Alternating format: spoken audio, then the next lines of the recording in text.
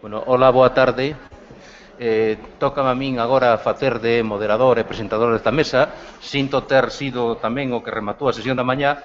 Non era a miña intención, sino participar no debate. E agora voulles presentar ao profesor Javier García Fernández, que é amigo de Nellanos, catedrático da Universidade Complutense de Madrid, e director da revista dun anuario de enorme interés para todos os que seguimos o mundo do patrimonio, que é Patrimonio Cultural e Dereito. Dende hai moitos anos, vinculado familiarmente ao mundo dos museos, pero con unha ampla trayectoria profesional, profesional na docencia e profesional na actividade política, puesto que desempeñou ao largo de bastantes anos diversos cargos de representación e de enlace e de desenvolvemento normativo en relación con moitos temas e tamén cos temas de patrimonio. Por lo tanto, máis que contarlles eu máis historias, poden ver, ademais, nas follas que falan do curso, voulle dar a palabra para que nos expoña o tema do marco normativo nesta sesión que terá continuidade a continuación con unha mesa redonda na que van a participar tamén o profesor Carlos Amoedo e o profesor, chámolle profesor, porque aínda que non exerce a docencia estrictamente, pero para os que somos aficionados a numismática, é un dos nosos profesores en numismática, polos seus moitos traballos de numismática medieval, don Antonio Roma. Sin máis, Javier, esa palabra. Muy bien. Muchas gracias. Buenas tardes. Agradezco a los organizadores de estas jornadas. No sé si... ¿Se me oye? Sí, bien. Pues agradezco a los organizadores de estas jornadas que me hayan dado ocasión de volver a Galicia, a participar en otras, porque siempre es interesante y sobre todo porque además todos aprendemos un poco. Yo, de luego, siempre aprendo cuando vengo aquí. Me toca hablar del régimen jurídico de los museos y yo acostumbro, siempre que hay ocasión y siempre que hay materia prima, si tengo que hablar del régimen jurídico de una institución, de un órgano, de una determinada relación jurídica, me gusta, si es posible, buscar los antecedentes históricos, porque de esos antecedentes históricos siempre se desprenden elementos interesantes para entender mejor la realidad que tenemos. Entonces, puestos a hablar del régimen jurídico de los museos, de su historia, hombre, pues quizá lo primero que no es exactamente el régimen jurídico, pero es un elemento que prefigurará otras cosas a lo largo del siglo XIX. Lo primero que se suele citar siempre es la famosa carta de Mengs a Antonio Ponz, que se incorporó en el tomo correspondiente del viaje de España, donde proponía que se hiciera una colección con las pinturas y las esculturas reales y que se pudieran concentrar. Ese siempre se suele poner ese ejemplo. Y se pone también otro ejemplo, también muy conocido, cuando el primer secretario de Estado, que era interino, que era Urquijo, en el año 1800 ordenó llevar a Madrid las pinturas de Murillo que estaban en el Hospital de la Caridad de Sevilla. Siempre se dice, por lo menos los historiadores del Museo del Prado, es decir, Verocchi, Madrazo, todos dicen, no, esta orden de Urquijo tenía como finalidad eso, empezar a formar una colección y un museo. Otros historiadores, pues por ejemplo Yeal, el francés Yeal, pues dicen, no señor, lo que pasa es que el rey quería tener esos cuadros, pero no había ninguna dimensión museística. Bueno, siempre se ponen estos ejemplos de la voluntad de cómo van creciendo, a diferencia de otros países que siguen otras vías, como en España va surgiendo la idea de constituir jurídicamente los museos. El paso ya definitivo, aunque absolutamente ineficaz, fueron los dos decretos que se dictaron con ocasión de la creación del Museo Josefino. Es decir, en plena invasión francesa, con el rey José en Madrid, se dicta en primer lugar el decreto de 20 de diciembre de 1809, que establece la creación de un museo de pinturas en Madrid. este decreto, que es el que siempre se cita, porque es verdad que es el que da paso a la organización jurídica de los museos, tiene, y eso también se dice porque es que rechina mucho, tiene un primer artículo que dice que se crea el Museo de Pinturas en Madrid y un segundo artículo mucho más llamativo, y por lo que siempre se cita, que decía, les leo más o menos, se formará una colección general de los pintores célebres de la escuela española que ofreceremos a nuestro augusto hermano, el emperador de los franceses. Es decir, este es un decreto absolutamente contradictorio porque crea un museo. Es la primera vez que en España, mediante un instrumento jurídico, se crea un museo, pero al mismo tiempo es un decreto que legaliza la expoliación y la exportación de los bienes que luego, al final, estos son los que luego se pudieron devolver, otros muchos no se devolvieron. Bien, entonces, es un decreto que crea un museo y santifica el expolio. Bien. Más interés tiene, desde el punto de vista jurídico, el decreto siguiente, que se dictó el 22 de agosto de 1810, es decir, 8 meses después, porque también este decreto sí que es interesante. Y es interesante porque aunque la denominación que tiene, y siempre si ustedes lo ven en la Gaceta, dice, no, es que es el decreto por el cual se establece que el Palacio de Buenavista de Madrid, que había sido de Godoy, el actual cuartel general del Ejército, el Palacio de Buenavista se destina a museo. Y parece que ese decreto se queda en eso, en la ubicación del museo en un palacio de Madrid, cuando en realidad tiene mucha más importancia. Y tiene mucha más importancia porque, por primera vez en España, el museo se vincula a un ministerio. Es decir, la organización ministerial en España pues había sido muy del antiguo régimen y tuvo que ser en la zona ocupada por los franceses y también en la pequeña zona controlada por las Cortes de Cádiz, donde ya aparece la organización ministerial moderna. Bueno, pues José I había establecido una organización ministerial ya propia de un Estado moderno y todo lo interesante es que se pone este museo bajo el control del Ministerio de lo Interior. Pero además no es que se le ponga bajo el control, es que se ordena al Ministerio de lo Interior que apruebe el inventario, que establezca el reglamento particular del museo, que nombre a los conservadores y al resto de los empleados. También otro elemento muy interesante, porque va a costar luego que vuelva a aparecer, también se ordena al Ministerio del Interior que organice la colección para que se pueda manifestar al público, es decir, la visita pública. Entonces, es un decreto, siempre se cita el primero, el de 1809, pero el que realmente tiene interés jurídico, más allá de eso, de legalizar el expolio, es el de 1810, porque regula con mucho detenimiento lo que es un museo público vinculado, conectado, puesto bajo la dependencia de un ministerio. Es el ministerio que se encarga de una serie de funciones vinculadas con el museo, el nombramiento, dice conservador, lo dice en singular, pero el resto de los empleados. Es un decreto muy interesante. Lo que pasa es que, claro, dictado por una autoridad que no tenía legitimidad y que poco a poco fue perdiendo el poco poder militar que tenía en la península. Bien, por consiguiente, no tuvo continuidad.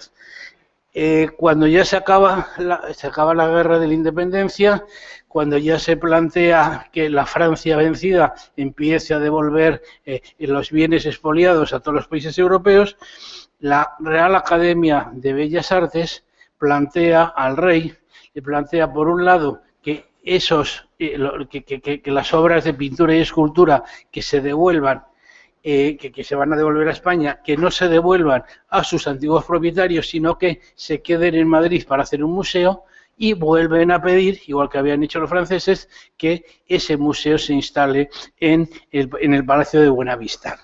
El resultado fue que el Consejo Real, en un dictamen durísimo, se opuso a todo. Sobre todo se opuso a la idea de crear un museo. Es decir, ¿para qué hay que crear un museo? Si son colecciones, pues serán particulares, serán reales, pero que eso de crear museos no. Y el asunto no prosperó. No prosperó hasta que unos años después, pero esto es interesante para ver cómo se van creando museos prácticamente sin ninguna base normativa. Años después, ya las colecciones reales desbordan los palacios, sobre todo porque el Palacio del Buen Retiro había quedado muy destrozado, igual que no destrozaron el Palacio de Oriente, pero el Palacio del Buen Retiro quedó muy destrozado. Las colecciones reales ya desbordaban los sitios reales, y entonces es cuando ya Fernando VII, aprovechando que está el viejo edificio que se iba a dedicar a gabinete, el viejo edificio de Villanueva, que estaba ahí y estaba destrozado porque había sido cuartel durante la guerra, pues decide que las colecciones se trasladen ahí. Pero claro, si buscáramos en los archivos del Palacio de Oriente, sí encontraríamos notificaciones, decisiones, pero no hay ningún acto singular que diga que se crea el museo, el Real Museo de Pintura y Escultura. No lo hay. Lo único que en la Gaceta hay una noticia, pero no una norma, porque en aquella época no era obligado publicar las normas todavía en la Gaceta. Encontramos una mera noticia que dice que, en concreto en la Gaceta, del 2 de marzo de 1818, que dice que se va a abrir el Real Museo de Pintura y Escultura. Y luego, claro, tardó un poco, pero al final se abrió en el 19. Y, por otro lado, es interesante ver, porque indica la naturaleza jurídica de este museo, quién era el director del museo. El director del museo era el mayordomo mayor de palacio. Es decir, es una organización, es un museo vinculado al patrimonio del rey. Tengan ustedes en cuenta que hasta 1865 no se reguló con claridad el régimen jurídico, no se disoció con claridad lo que era el patrimonio real, lo que era el patrimonio personal del monarca, lo que era el patrimonio del Estado. Eso tuvo que ser la ley de 1865 la que lo aclaró. Por consiguiente, el Museo del Prado nace como una institución vinculada a los bienes, no ni siquiera de la corona, sino los bienes personales del rey. Tan personales del rey que ahora veremos que hubo un momento en que pudo desaparecer el Museo del Prado por ese motivo. Bien, esto ocurre en el año 19, en el año 20 tiene lugar el levantamiento de Cabezas de San Juan, se inicia el trienio liberal, y ahí en los debates parlamentarios, eso lo explicó muy bien Yeal en su libro, en los debates parlamentarios sí va saliendo la idea de que hay que crear un museo. Es decir, en concreto, en 1821, en el debate del presupuesto del Ministerio de lo Interior, ya el representante del gobierno dice que se está planteando crear un museo, y un año después también el duque de Rivas, que era diputado y en aquel momento era liberal, pide que se cree primero un museo en Madrid y luego se creen otros museos en provincias. Todo eso se queda en nada, no hay tiempo por otra parte. Además, en aquel momento se dicta una de las primeras leyes de instrucción pública y no hay referencias alguna a archivos, museos, bibliotecas, pero el elemento jurídico interesante que ocurre unos años después es que al morir Fernando VII, el Museo del Prado estuvo a punto de desaparecer. Y estuvo a punto de desaparecer porque formaba parte de esos cuadros, aquellas esculturas, formaban parte de la testamentaría de Fernando VII. Había tres personas que acudían a la sucesión, sus dos hijas y en menor medida su viuda, y hay un momento en que, bueno, pues lo que se plantea es hacer el reparto correspondiente como en cualquier testamentaria, y a la hija menor, a Luisa Fernanda, le habría tocado una parte importante de ese museo, de aquellas pinturas, de aquellas esculturas. Al final se llegó a un acuerdo, se indemnizó a la infanta Luisa Fernanda con otros bienes y la colección pudo seguir unida. Pero hubo un momento, y eso se ve muy bien en un viejo libro que sería bonito reeditar, la historia del patrimonio real de Cos Gallón, que es muy interesante, pues bueno, al final se salvó, pero pudo no haberse salvado. Entonces, esto, digamos, son lo que lo podríamos llamar la prehistoria del régimen jurídico de los museos españoles. Se empieza ya a dar pasos más serios, y esos pasos más serios son a partir de la desamortización. justo cuando está empezando la desamortización, que ya viene desde el año 35, aunque los decretos son del 36, en 1936 la Academia de San Fernando solicita de la reina gobernadora autorización para recoger los cuadros, las esculturas y los libros de arte de los conventos suprimidos y para recopilarlos y formar un museo central en Madrid. Eso es en enero del 36 y ya en diciembre el Ministerio de la Gobernación se dirige a los jefes políticos, es decir, a los gobernadores civiles, y les ordena recoger todas las obras procedentes de los conventos suprimidos para destinarlos a un museo nacional. Y efectivamente, todo esto lo sabemos gracias a ese precioso libro que publicó hace años el profesor Álvarez Lopera, poco antes de su fallecimiento. Efectivamente, en octubre del año 37, el ministro de Hacienda dictó una orden por la cual se cede al Ministerio del Interior, se cede un convento en Madrid, el convento de la Trinidad. El convento de la Trinidad estaba empezando en la plaza, si ustedes conocen Madrid, en la plaza de Benavente, bajando hacia Tirso de Molina, que ahora hay un teatro que no sé cómo se llama, toda esa manzana era el convento de la Trinidad. Entonces se cede al Ministerio del Interior y se cede con una finalidad, que es crear el Museo Nacional. Y efectivamente, en enero del 38 se crea el Museo Nacional, con lo cual ustedes ya se habrán dado cuenta alguna vez, he manejado textos del siglo XIX, cuando en España se está hablando del Museo Nacional de Pintura, entre los años 40 y los años 70, no se está hablando del Museo del Prado, se está hablando del Museo de la Trinidad, porque el Prado siempre es el Museo Real. Y entonces, a partir de 1838, y luego se concreta ya en el 42, hay un museo real de pintura y escultura que sigue siendo propiedad del rey y un museo nacional que en teoría recoge todos los bienes, pintura y escultura procedente de los conventos desamortizados, aunque en la práctica parece ser que solo recogió los de la provincia de Madrid y provincias circundantes, no de toda España. Bien. Entonces, ahí nace ya el primer museo nacional, porque vuelvo a decir, el Museo del Prado no era un museo nacional, era un museo que ahora llamaríamos privado. Bien, el paso siguiente, que no tiene efectos prácticos, pero es importante para reconocer ya no que existe un museo, sino que debe haber museos en toda España. El paso siguiente es la Real Orden Circular de 13 de junio de 1844, importantísima orden porque es la que crea las comisiones provinciales de monumentos y la comisión central. Y aquí tenemos que entre las funciones de las comisiones provinciales de monumentos está cuidar de los museos provinciales y aumentar estos establecimientos.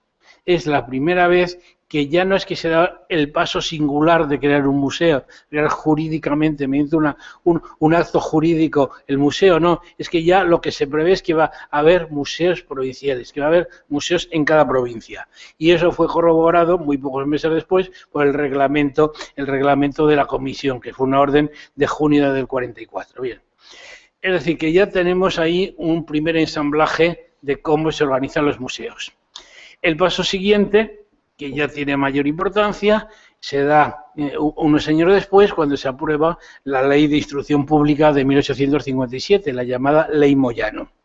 En la Ley Moyano ya hay un breve título, el título cuarto, dedicado a las academias, a los museos, a los archivos y a las bibliotecas. Lo primero de todo, que esto ya nos vuelve a conectar con el segundo decreto josefino.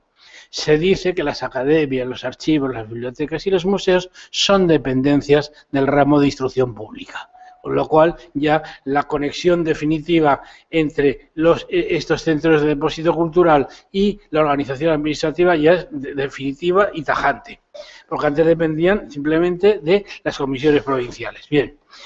Segundo, que tiene mucho interés en la ley, hay un artículo, uno solo, que se dice que el gobierno se cuidará de que se establezcan, cuidará de que se establezcan en las capitales de cada provincia un museo de pintura y escultura. Con lo cual, esa idea que estaba en la orden circular de creación de las comisiones provinciales ya adquiere rango de ley, tiene mucha más importancia. Y algo también mucho más importante, el artículo siguiente, es el que ordena al gobierno que cree un cuerpo facultativo de archiveros y bibliotecarios. Y efectivamente, un año después, se crea el cuerpo facultativo de archiveros y bibliotecarios, cuya sección de arqueólogos y anticuarios tardará todavía en aparecer. Con lo cual, ya en el año 57, al menos a nivel normativo, el panorama jurídico está bastante claro. ¿El paso siguiente cuál es? Y ya voy acabando la historia porque estamos dando pasos de gigante. El paso siguiente importantísimo es en el año 67, el decreto de 18 de marzo de 1867 de creación del Museo Arqueológico Nacional y museos provinciales. Con lo cual ya, si antes estaba hablando de museos de pintura y escultura, el decreto del 67 ya además crea los museos arqueológicos y ordena que haya un museo arqueológico en cada provincia. Y ya el paso, eso sí es curioso y aunque se ha costado un minuto, sí merece la pena contarlo, una vez, porque además, para ver cómo van evolucionando las instituciones culturales, en 1865, les decía a ustedes, se había dictado la primera ley de patrimonio de la corona, pero el Museo del Prado no se había visto afectado. El paso siguiente que hubo que dar es ya, una vez destronada Isabel II, en 1870, cuando el Museo de Pintura se transfiere desde la corona al Ministerio de Fomento. Y ese mismo año también se dice un decreto ordenando que se reúnan en un solo museo, el Museo del Prado y el Museo de la Trinidad. Y el paso definitivo, que es el más curioso de todos, es que 2 años después, al final se dicta el decreto de 21 de marzo de 1872, en donde el Museo de la Trinidad se incorpora al Prado. Es decir, el Prado hizo una OPA sobre el Museo de la Trinidad. Y a partir de entonces ya la historia jurídica del Prado ya se convierte en un museo nacional. Bien.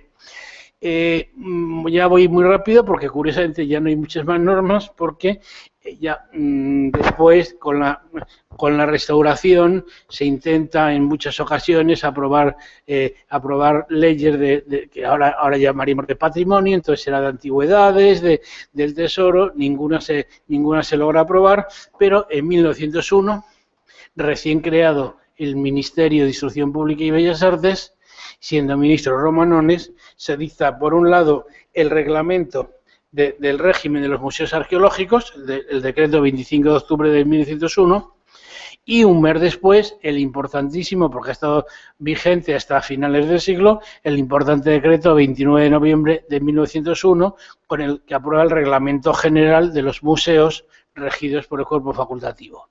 Ha estado vigente hasta el año 87. Bien. Y aquí podemos decir que se acaba la historia específica la historia jurídica de los museos, porque unos años, tienen que pasar 25 años cuando en 1926 se aprueba el famoso decreto ley de 9 de agosto del 26, el mal llamado decreto Callejo, en realidad era un decreto ley, no como era en la época de la dictadura de Primo de Rivera, que no había parlamento, pues, pero tenía rango de ley sobre protección de la riqueza artística, en donde no se habla para nada de los museos. Y 7 años después, la ley republicana, la ley de 13 de mayo del 33, de defensa del patrimonio histórico-artístico nacional, hace algunas alusiones mínimas a los museos. ¿Qué quiere decir? Pues quiere decir, y esa es un poco la conclusión que sacamos, podemos sacar varias conclusiones, pero la primera, eso, que ya en plena guerra de la independencia, en plena invasión francesa, ya se dictaron unos decretos sin ninguna eficacia, pero que ya estaban muy bien ensamblados y que establecían cuáles eran los elementos jurídicos básicos de los museos. Esa sería la primera conclusión. La segunda, que a diferencia de otros países, tardó mucho tiempo en darse una regulación. Es decir, hay un atisbo en el año 44, una regulación suficiente, aunque reducida, en el año 57, y ya el régimen jurídico concreto determinado ya es el de 1867. Y el tercero, que es curioso porque significa mucho, cuando ya en el siglo XX se empieza a hacer leyes generales, el decreto Callejo y la ley del 33, no se considera necesario regular el régimen jurídico de los museos, bueno, porque ya está regulado a nivel de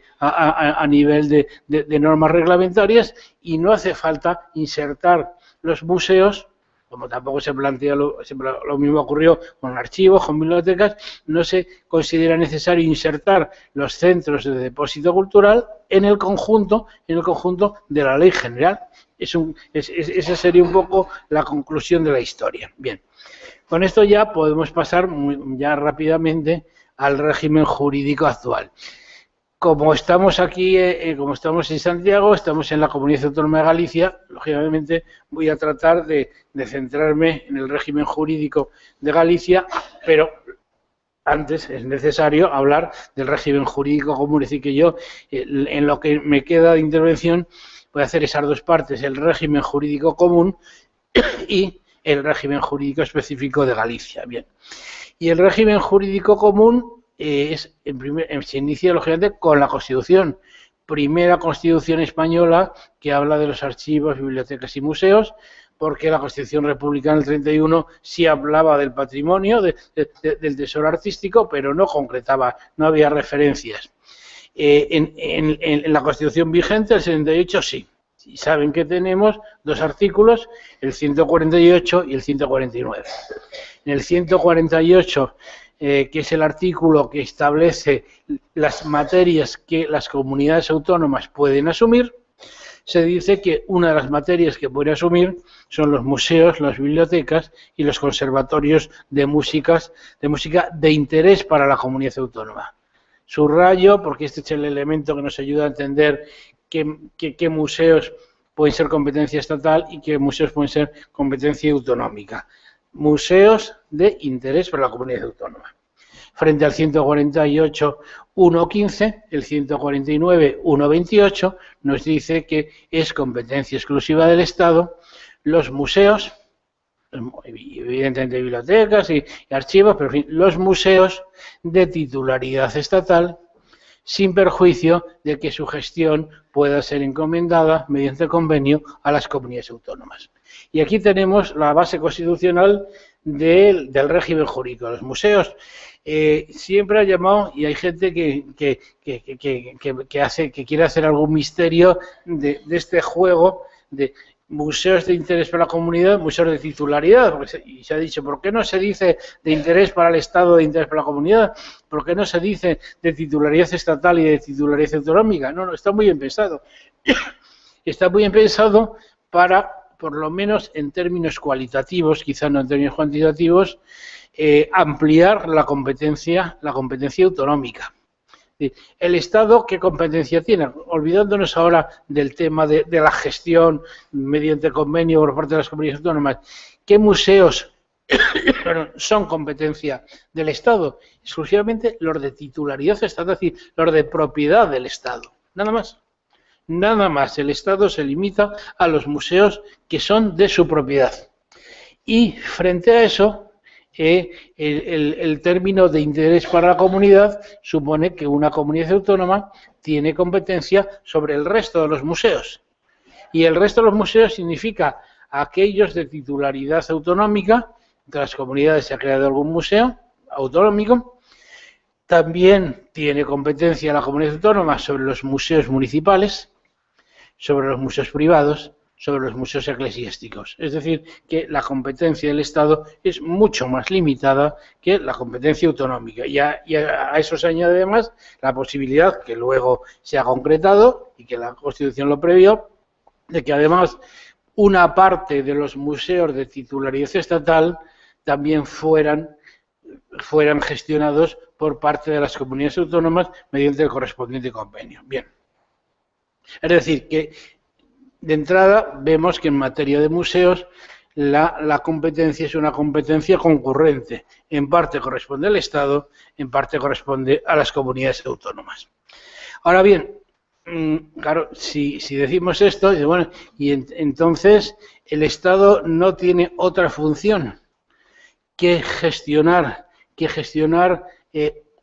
un número más o menos extenso de museos. Poco extenso, porque puesto que muchos ya los ha transferido. Bueno, hay que tener en cuenta una cosa, y aquí conviene hacer una brevísima historia conceptual. En el siglo XIX se hablaba del tesoro artístico, se hablaba de riqueza artística, se hablaba de antigüedades, se hablaba de monumentos. En el siglo XX se sigue hablando del tesoro, el concepto de patrimonio tarda en aparecer. Si nos vamos a la Constitución, los 3 artículos que hablan del patrimonio, el artículo 46, el 148 y el 149, curiosamente no se ponen de acuerdo y cada uno de estos artículos utiliza unos adjetivos distintos. Entonces, ¿qué quiere decir? Que el concepto de patrimonio no es un concepto jurídicamente cerrado. Incluso podría decirse lo mismo de instituciones como los archivos, bibliotecas y museos. Por consiguiente, alguien tiene que dar un concepto jurídico previo, que es lo que permite delimitar. Si las comunidades autónomas pueden tener competencias sobre patrimonio, alguna norma, por consiguiente, algún órgano con autoridad tendrá que decir en qué consiste el patrimonio. Y lo mismo ocurre con los archivos, bibliotecas y museos. Ya no es cuestión de llegar ya a la caricatura, pero yo alguna vez en alguna clase lo he contado, decir, bueno, estamos hablando de museos, pero jurídicamente habrá que saber qué es un museo, porque si no, aceptaremos que todo extranjero que te viene a Madrid te dice muy contento que ha pasado por el Museo del Jamón, y el Museo del Jamón no es un museo. Por consiguiente, hay que determinar jurídicamente qué es un museo. ¿Quién tiene que determinarlo? Si resulta que la Constitución habla de museos que pueden ser de competencia autonómica y de museos de competencia del Estado, tiene que ser el Estado el que tiene que aportar un concepto jurídico de museo. Y eso es lo que explica que, ya descendiendo un escalón, bajamos de la Constitución, nos ponemos en el escalón inferior, que es la Ley 16.1985 del Patrimonio Histórico Español. Eso explica que haya un capítulo del título 7º dedicado a los archivos, bibliotecas y museos, y que el primer artículo esté dedicado a, en concreto, dentro del artículo 59, el apartado 3, a decirnos el concepto jurídico del museo. Es decir, que si en una materia concurrente, a pesar de la concurrencia, hay un elemento conceptual previo que se corresponde al Estado. Y por eso, en esta ley, hay elementos que no se limitan a los archivos, bibliotecas y museos de competencia estatal, sino que tiene una vocación mucho más amplia de establecer unos elementos jurídicos básicos. Entonces, encontramos en esta ley el propio concepto de museo. Una ley autonómica no podría separarse mucho de ese concepto, porque si no ya tendríamos 2 realidades distintas que no casan. Encontramos, y también es un mandato a todas las administraciones, el mandato de elaborar y actualizar catálogos, inventarios y fichas. Encontramos también, y aquí esto ya es una competencia autonómica, la previsión de que cuando el Estado quiere crear un museo ha de consultar a la correspondiente comunidad autónoma. Aquí aparece, evidentemente es una competencia de mera consulta, pero es obligado que la comunidad autónoma responda, se pronuncie. Y luego encontramos también un principio general de cooperación entre el Estado y las comunidades autónomas. Y por último, bueno, más la posibilidad de que en caso de expropiación para museos se declare de utilidad pública los edificios o terrenos. Y luego encontramos un elemento interesante que es la creación del Sistema Español de Museos, que no va mucho más lejos. Bien, entonces, como ven, tenemos las bases constitucionales, unas primeras previsiones en la ley del Estado, unas previsiones más concretas en el reglamento de museos de titularidad estatal y del Sistema Español de Museos, que se aprobó por Real Decreto 620/1987 de 10 de abril. Aquí es lo mismo, es decir, el propio título del reglamento es muy descriptivo. Es el reglamento de los museos de titularidad estatal, bien, pero además es el reglamento del Sistema Español de Museos. Y entonces aquí sí encontramos elementos comunes que también afectarían al régimen jurídico de las comunidades autónomas. En concreto, yo creo que tiene proyección autonómica el artículo primero y el artículo segundo, que establece también la definición del museo y las funciones de los museos. Eso yo creo que es de aplicación en todo el Estado. Y, evidentemente, tiene aplicación autonómica, otra cosa es que tenga eficacia, el título segundo, que es muy breve, que establece el Sistema Español de Museos. Dice qué museos lo integran, cómo cooperar, cuáles... Y un elemento importantísimo, porque afecta directamente a cómo se gestionan los museos transferidos. En este reglamento encontramos la previsión de que corresponde a las comunidades autónomas la provisión de todos los puestos de trabajo de los museos de titularidad estatal que hayan sido transferidos. Esto es una previsión muy importante porque afecta a la forma de organizar los museos. Bien. Y otro elemento ya común, y este ya a mí me provoca más cuestiones, creo que el amigo Palomero está por aquí. No sé si está, es que no sé si se dictó en su época y se lo tenía que haber preguntado, por eso un museo, cuando él era subdirector general de museos. Hay un decreto que a mí me parece que nunca he acabado de entenderlo, que es el decreto 1305/2009, el 31 de julio, por el que se crea la Red de Museos de España. Yo este decreto confieso que no lo entiendo mucho. No sé si obedece a los 2 minutos de gloria que todo director general quiere tener.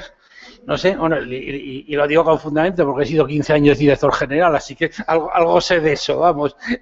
No sé si obedece a 2 minutos de gloria o si no habría tenido mucho más sentido ampliar el reglamento de museos del 87 e incorporar ahí otros instrumentos de coordinación. No lo sé, no lo sé, porque el hecho además de que digas que se pueden incorporar a esta red, por un lado los museos de titularidad estatal transferidos, y por eso afecta directamente a las comunidades, pero también los museos de titularidad autonómica o local de singular relevancia, a mí me deja muy descolocado, porque parece que es una red en parte estatal, estatal completa, en parte estatal parcial, es decir, los transferidos, y luego aquellos museos bonitos que se consideren en cada momento. No lo sé, a mí y luego, por otra parte, es verdad, se crea un consejo de museos, que realmente yo no he preguntado en Cultura si esto funciona o funciona, no lo sé. Se le atribuyen estas funciones etéreas que están tan de moda y que me parecen que no sirven para nada. Se le encarga al Consejo de Museos que defina criterios de excelencia, tan de moda la excelencia, que se incorporan las mejores prácticas. Hace 10 años que las mejores prácticas han servido para ser mal utilizadas y para hacer una política de personal muy nefasta. No lo sé, no me acabo de aclarar yo con este decreto, pero bueno, se lo cuento porque si tengo que hablar del régimen jurídico de los museos en una comunidad autónoma, en este caso en Galicia, pues lógicamente hay que decir, existe este decreto y existe esta red. Ahora en este momento entra Palomero. Santiago, ¿el decreto de la red de museos será tuyo? Oh, bueno, pues luego hablaremos, hijos míos, luego hablaremos. Vale. Bien, pues pasamos. Bien. Entonces, este sería el conjunto del bueno, pues luego en el coloquio nos explicas a qué obedecía. Bien. Entonces, ya bajando, poniéndonos ya en el nivel autonómico, bueno, el nivel autonómico, evidentemente, desde un punto de vista jurídico, complementa por un lado, complementa el régimen común, pero evidentemente sirve también para que la comunidad pueda ejercer el máximo de sus competencias. Entonces, el primer elemento, lógicamente, del régimen jurídico de los museos gallegos es el propio Estatuto de Autonomía, su artículo 27 y 18, que a mi juicio está muy bien redactado porque juega muy bien con los términos de la Constitución. Recuerden ustedes que dice que es competencia de la comunidad autónoma los museos de interés para la comunidad autónoma y que no sean de titularidad estatal. Es decir, es de los estatutos que ha manejado muy bien los términos del 148 al 149 y bueno, está bien. Y esto es competencia exclusiva. Y no, luego con estos juegos que tienen todos los estatutos de autonomía en el marco del estatuto, pues sí, ¿cómo no va a ser en el marco del estatuto? No va a ser fuera del estatuto, pero bueno. Entonces, junto con el estatuto, tenemos, que lo saben ustedes de sobra, los decretos de traspaso de funciones. Primero el decreto general el 2434-1982 de 24 de julio y el más concreto, el que se publicó por resolución de la Secretaría General Técnica de Cultura el 14 de diciembre de 89, por el que se establece ya el convenio de gestión de los archivos, bibliotecas y museos. Ese es un elemento básico para configurar la red de museos. Y el paso siguiente, y aquí ya creo que dentro de las fórmulas que sean en comunidades autónomas, a mi juicio, la fórmula gallega me gusta más que otras. Saben ustedes que al final, en Galicia, al día de hoy, el régimen jurídico de los museos es, por un lado, las previsiones generales de la Ley General de Patrimonio y, por otro lado, un decreto que lo desarrolla. Saben ustedes que al lado de eso hay otras fórmulas, hay muchas comunidades autónomas que han optado por una ley, por una ley por una ley específica de museos, como lo hace también por una ley de archivos, por una ley de bibliotecas. A mí, ahora lo diré por qué, me parece una fórmula más interesante. Y quizá hable en mi experiencia de derecho al patrimonio, pero quizá también hable desde mi experiencia de constitucionalista, de que me he dedicado muchos años a organizar cursos y actividades sobre técnica legislativa. Entonces me hace pensar que la fórmula de Galicia a mí me parece que es más útil o más interesante que la otra, pero ahora lo diré. Pero entonces, después del estatuto, después de los decretos de transferencia, lógicamente está la Ley de Patrimonio Cultural, la Ley 8/1995 de 30 de octubre. Y en esta ley, ven ustedes que al final lo que ha optado la ley gallega, como en otras materias, es responder a un modelo muy parecido a la ley estatal. Entonces tenemos un artículo, el 67, que es el que establece la definición y las funciones de los museos. Aquí yo siempre, pero lo digo de todas las leyes autonómicas, me entra un punto de duda, pero bueno, si se ejerce con prudencia no pasa nada. Igual que si ustedes se cogen las leyes autonómicas que definen el patrimonio cultural o patrimonio histórico y verán que hay pequeñas matizaciones respecto a la definición del artículo 1.2 de la ley estatal. Aquí ocurre lo mismo en todas las leyes, resulta la definición es exactamente igual. Entonces, bueno, entonces al final los museos gallegos, por poner este ejemplo, pero es que sería igual de la ley catalana o de la ley extremeña, porque a todos les pasa lo mismo. Al final el museo gallego es jurídicamente un poquitín distinto del museo tal como lo concibe la ley estatal. Pues es verdad. Lo que pasa es que si son con pequeños matices, pues tampoco tiene gran importancia. Es muy interesante y en esto la ley gallega innova la ley estatal, la segunda modalidad de museo, que es la colección visitable, que es algo que la ley estatal no previó para nada. Bueno, de hecho, en la ley estatal no se habla de colección. Alguna vez algún dictamen que yo he tenido que hacer, le dice, bueno, pues es que, ¿dónde está el concepto de colección? Al final lo encuentras, pero no en la propia ley. Bien. Entonces, aquí la idea de colección visitable yo creo que es un acierto. La regulación de la creación, en esto también se separa ligeramente de la ley del Estado en la medida, no en las públicas, que es igual, se crean igual, sino en las colecciones privadas, que yo creo que necesitan más formalización. Claro, la ley del Estado que no ha previsto colecciones privadas, pero yo creo que no sé si es un sistema de reconocimiento de los museos privados excesivamente formalizado. Lo digo desde fuera. Igual ustedes que tienen la experiencia práctica me dicen que no plantea problemas. Sí, me queda muy bien. Luego se establece, y esto va un poco en relación con el decreto que comentábamos del año del 2009, está previsto el sistema gallego de museos y la red. Aquí aparecen conjuntas ambas, es decir, que el antecedente del Estado ya da, pero bueno, yo creo que si se regula en una misma norma no pasa nada. Luego los mandatos sobre inventario y la regulación, que es un acierto también, del acceso, de la reproducción. La conclusión que yo saco, la valoración jurídica que haría de estos preceptos de la ley, es que eso que es en esta parte la ley sigue bastante la ley del Estado, contiene, pero al mismo tiempo, y es lo que tiene que hacer una ley autonómica, contiene elementos novedosos, el tema de las colecciones visitables, la idea de que más allá del sistema está la red, la regulación de la reproducción con rango de ley, es decir, que yo creo que es una regulación acertada. Y al lado de eso, pues el decreto que ustedes, que a mí casi me da vergüenza hablar de él, porque ustedes lo deben manejar todos los días, el decreto del Sistema Público de Museos. Bien, aquí yo diría, visto desde fuera, me parece un buen concepto de museo de interés para Galicia. Me parece que está muy bien hecho. Me parece bien regulado el sistema de museos.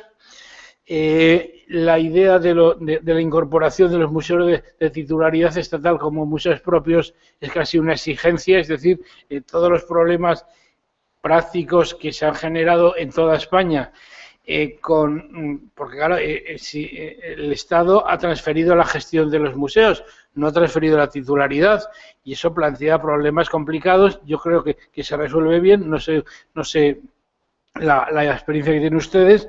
Me parece un acierto en el artículo 6 el régimen de conciertos, me parece adecuado y necesario la Junta Superior de Museos. Ya discrepo, pero yo creo que esta mañana ha salido un poco la obligatoriedad de que los museos tengan patronatos, pero esto es una posición personal muy propia. A mí me parece que con los patronatos la Administración renuncia a algo que no debe renunciar. Por eso lo digo a nivel del Estado y lo digo a nivel autonómico. Pero bueno, es mi propia idea en la que estoy solo, porque la práctica va exactamente en el sentido contrario. Pero a mí los patronatos me parece una renuncia y una privatización de algo que debe corresponder a la dirección política del gobierno correspondiente. Verán ustedes que no soy nada liberal. Por otra parte, yo creo que buena relación lo que es el director, las funciones, el registro general de museos está muy bien. Es decir, que yo creo, y no quiero entrar mucho porque creo que usted lo conoce más, me parece que ha sido un buen decreto en desarrollo de una parte muy buena de la ley. Y entonces esto ya nos plantea un problema, y con esto ya acabo rápidamente, que es el siguiente. Y yo creo que no será solamente en Galicia. Puestos, como es inevitable que las leyes las normas jurídicas vayan cambiando, vayan evolucionando, ¿qué tiene más sentido? Es decir, tiene más sentido, como se ha hecho en algunas comunidades autónomas, que se aprueben leyes específicas de museos y también de archivos, también de bibliotecas, o es preferible una ley general y luego un desarrollo reglamentario. A mi juicio, yo creo que a la comunidad, a la administración cultural, yo creo que le facilita más las cosas que haya una ley general y al mismo tiempo un desarrollo meramente reglamentario de la ley. ¿Por qué? Pues primero, porque no debe haber, esto es una cuestión de técnica legislativa, ya en los años 50 un jurista francés, Carbonnier, hablaba de la inflación legislativa. Si en los años 50 había inflación legislativa, en el campo actual, sobre todo en el campo del patrimonio histórico, a nivel estatal y a nivel autonómico, no hay inflación modelo Weimar, modelo República de Weimar. Es inmanejable. Entonces hay que buscar, hay que tratar de que cuantos menos normas haya, mejor. Por otro lado, si comparamos la ley andaluza, la ley vasca, la catalana y la vasca son muy detalladas, llegas a la conclusión de que hay muchas materias que no son necesarias en una ley, es decir, que es congelar con rango de ley materias que no tienen por qué estar tan congeladas y que eso es preferible que estén en un decreto que es mucho más fácil de reformar.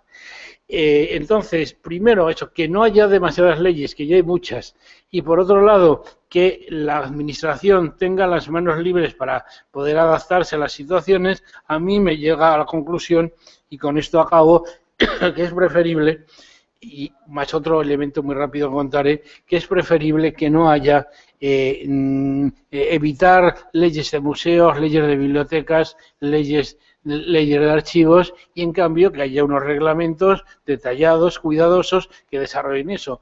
Y ya por eso acabo con este punto, y además para evitar una cosa. Recuerden ustedes que les he dicho que los museos, las bibliotecas y los archivos no aparecían en el decreto ley del 26 ni en la ley del 33.